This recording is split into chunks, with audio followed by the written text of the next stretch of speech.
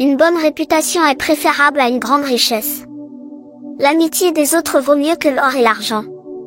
Riches et pauvres ont un point commun, le Seigneur les fait vivre tous les deux.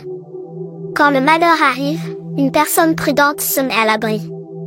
Mais les gens sans expérience continuent leur chemin et ils en paient les conséquences.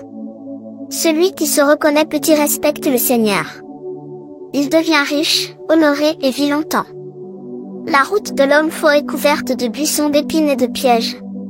Celui qui veut protéger sa vie s'en éloignera. Donne à un enfant de bonnes habitudes dès ses premières années. Il les gardera même dans sa vieillesse. Les pauvres sont dominés par les riches. Ceux qui ont des dettes sont prisonniers de ceux qui leur prêtent de l'argent.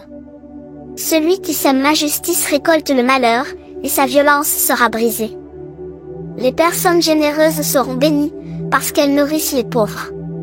Chasse ceux qui se moquent de tout, et les disputes s'arrêteront. Plus de querelles ni d'insultes. Celui qui aime l'homme au cœur droit et qui parle avec bonté à le roi pour ami. Le Seigneur protège la vraie connaissance, mais il détruit les paroles des gens faux. Le paresseux dit, il y a un lion dehors. Il va me tuer en pleine rue. Les paroles des femmes adultères sont un piège dangereux. Ceux que le Seigneur rejette tomberont dedans. Les enfants aiment ce qui est stupide. Les coups qui les éduquent les guériront de leurs bêtises. Quelqu'un qui écrase un pauvre par l'injustice finit par lui donner un avantage. Celui qui donne à un riche devient pauvre.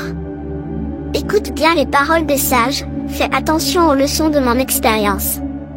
Ce sera un plaisir pour toi si tu les gardes au fond de ton cœur, si tu es toujours prêt à les citer.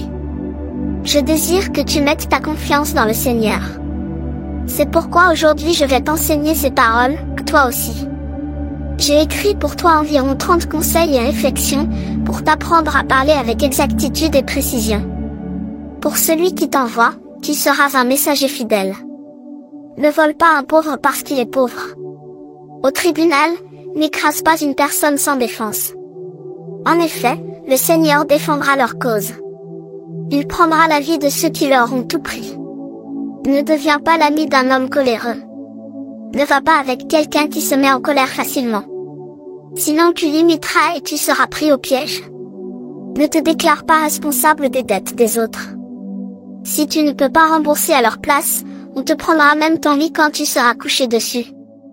Ne déplace pas les pierres que tes ancêtres ont posées autrefois pour limiter les champs. Regarde celui qui travaille bien. Il pourra se présenter au service du roi, au lieu de rester parmi les ouvriers qu'on ne connaît pas.